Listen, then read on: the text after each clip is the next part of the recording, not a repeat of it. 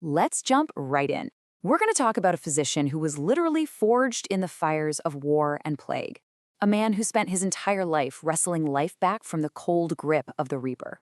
You see, for him, death wasn't some unavoidable fate. No way. It was a real, tangible enemy, an adversary you could stare down, figure out, and then fight with the most radical science of his day, alchemy. But to really get inside this man's head, to understand what drove him, we're not going to start with him. We're going to start with a story, a parable that just perfectly captures his defiant spirit. The tale of a lone medic in a city that was dying. So picture this, a city that's on the absolute brink of collapse. Its defenses are gone. The very water that's supposed to keep people alive has turned toxic. Hope, well, hope is just a memory. Now, in this final, desperate hour, what do the city leaders do? They do what they've always done. They climb to the highest towers, look up to the heavens, and they plead with words and prayers, just hoping for some kind of divine miracle to save them. But one man, our medic, he does the exact opposite. He doesn't look up, he looks down. He goes deep into the smoky, dark cellars, into the earth itself, because he's convinced the answers aren't up in the sky. They're right there in the ground beneath his feet. And this right here illustrates his core belief perfectly.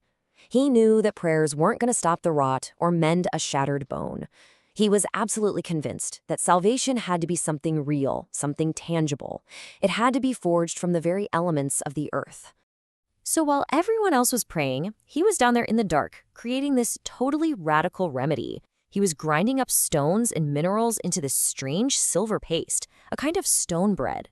Now look, a lot of people still died, but the few who were brave enough to take this weird medicine, they found their wounds closing with this almost unnatural strength, defying the decay that was taking everyone else.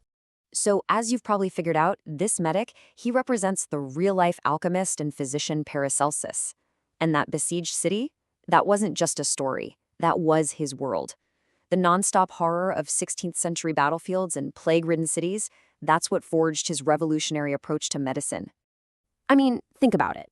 As an army surgeon, he was just constantly surrounded by dying people. That relentless exposure to mortality, it became a kind of chemical catalyst for his obsession. Death wasn't some abstract idea or God's will to him. No, it was a physical process, a chemical enemy that you could fight with physical, chemical weapons. This was a complete and total break from the past.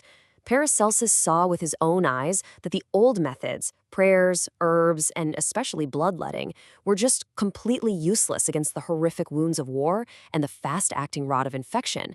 So he threw out the ancient books and decided to trust only what he could see and test for himself.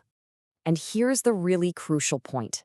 While the university-trained doctors of his day were afraid to even look at blood, Paracelsus believed the answers were right there, inside the chaos of the human body. He wasn't disgusted by it. He saw it as a source of vital information, a place to find that secret chemical spark, the arcana that was the difference between life and death. So his direct experience became this gruesome, real-world laboratory. On the battlefield, he watched men bleed out and realized, wait a minute, bloodletting is insane. The body needs to keep its life force, not lose it. In plague cities, he didn't see a curse from God. He saw a chemical poison that needed a chemical antidote. And this led him to the shocking idea that a tiny, prepared piece of infected material could actually act as a shield against the disease itself, a concept that was centuries ahead of its time. So out of this crucible of suffering and hands-on observation, Paracelsus built a completely new theory of the human body. And it wasn't based on old, abstract logic. It was based on the hard principles of alchemy and chemistry. He called this core idea the archeus. The best way to think of it is like an inner alchemist, a vital force that lives inside every single one of us. And it's working 24/7 to repair damage, fight off sickness, and basically hold that fragile line between our living bodies and the world of decay. Paracelsus believed that the incredible stress of war and plague just completely exhausted this internal spirit.